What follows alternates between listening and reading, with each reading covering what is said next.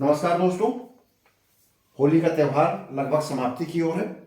4 दिनों का राजकीय अवकाश लगभग सभी को मिला था और उन्होंने कम से कम 4 दिन का राजकीय अवकाश या निबंधित अवकाश के रूप में अपना सदुपयोग किया है।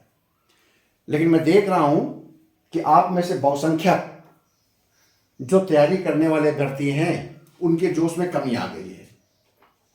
होली में भी मैंने प्रतिदिन वीडियो अपलोड किया, समय निकाल कर अपलोड किया, आप लोगों की अपेक्षाओं में खरे उतरने की कोशिश की, लेकिन आप लोग मेरी अपेक्षाओं में खरे नहीं उतर पा रहे हैं।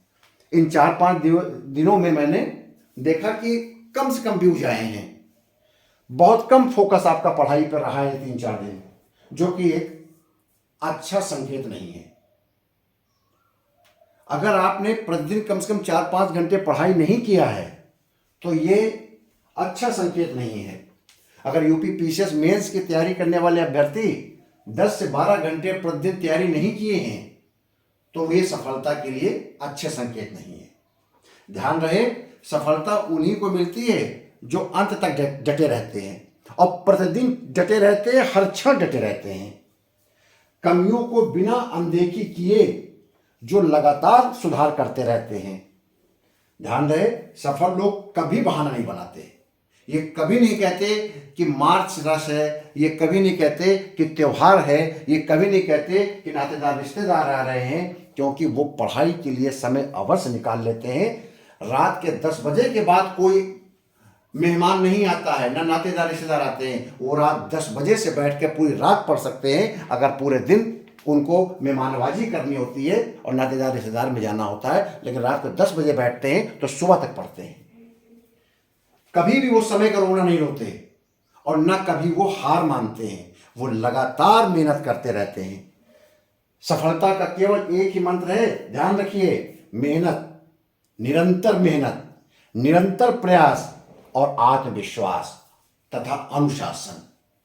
अगर आप अनुशासित नहीं हैं, अगर आप रोज जो मन में आता है वो करते हैं, अपने टाइम को नहीं समयबद्ध करते हैं, अपने समय को अगर समयबद्ध नहीं करते हैं, उसको अपने काम के अकॉर्डिंग नहीं सेट करते हैं, तो फिर सफलता दूर हो जाएगी।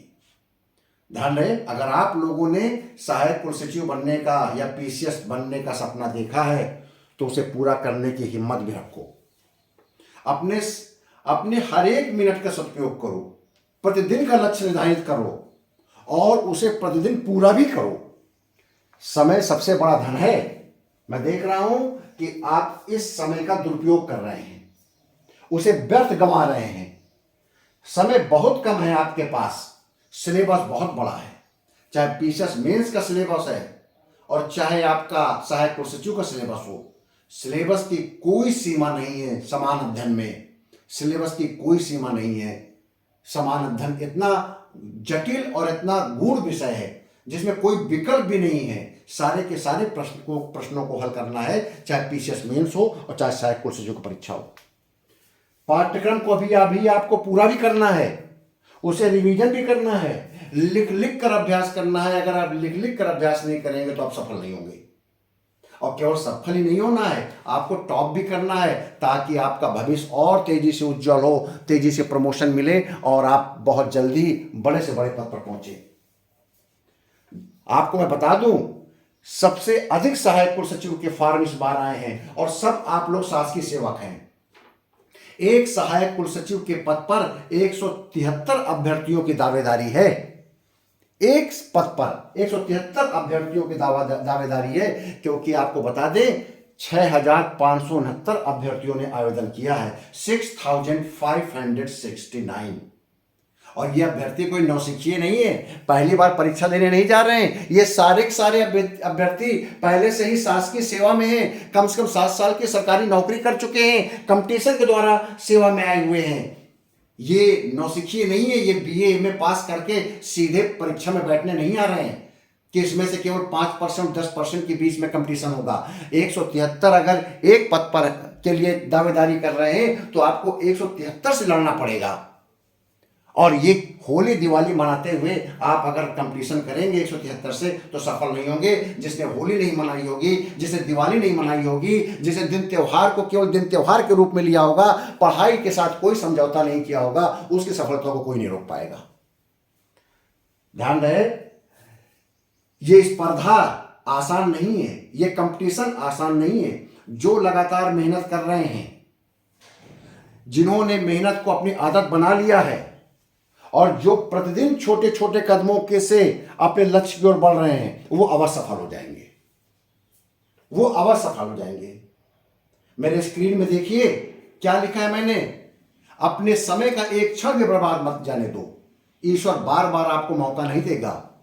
कड़ी मेहनत का कोई विकल्प नहीं है। सपने उन्हीं के सच होते हैं जो रातों को जागकर यूट्यूब में रील नहीं देखते, गाने नहीं सुनते, बल्कि खुली आंखों से देखे गए सपनों को पूरा करने के लिए अनुशासित तरीके से रात भर परिश्रम करते हैं, लक्ष्य पर फोकस रहते हैं, अपने अंदर की आग को जलाए रखते हैं और मौका नहीं जाने देते। अगर तुम सच में कुछ करना चाहते हो तो रास्ता निकाल लोगे, पढ़ाई के लिए समय भी निकाल लोगे, और नहीं तो आप केवल बहाने बनाओगे। अंत में मैं यही कहूंगा कि आपका भविष्य वही होगा जो आप आज करते हैं, जो आप प्रतिदिन कर रहे हैं, ना कि जो आप कल करने की सोच रहे हैं। आपका भविष्य आज पर निर्भर करता है। इसलिए प्रतिदिन छोटे छोटे प्रयासों के साथ आगे बढ़िए, प्रतिदिन पढ़िए, मेहनत कीजिए, अपने सपनों को हकीकत में बदलने के लिए मेहनत कीजिए, धैर्य के साथ मेहनत करिए, अनुशासन के साथ मेहनत करिए।